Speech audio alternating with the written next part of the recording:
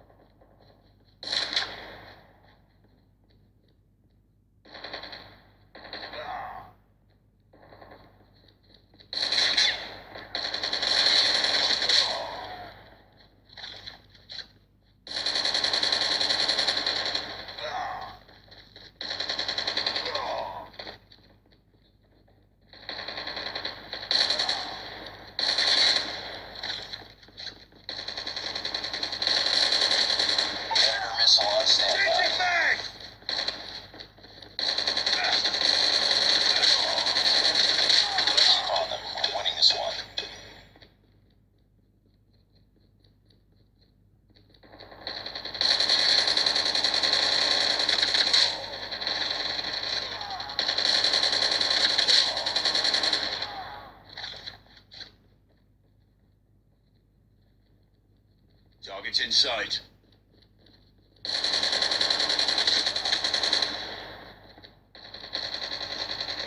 Changing mag.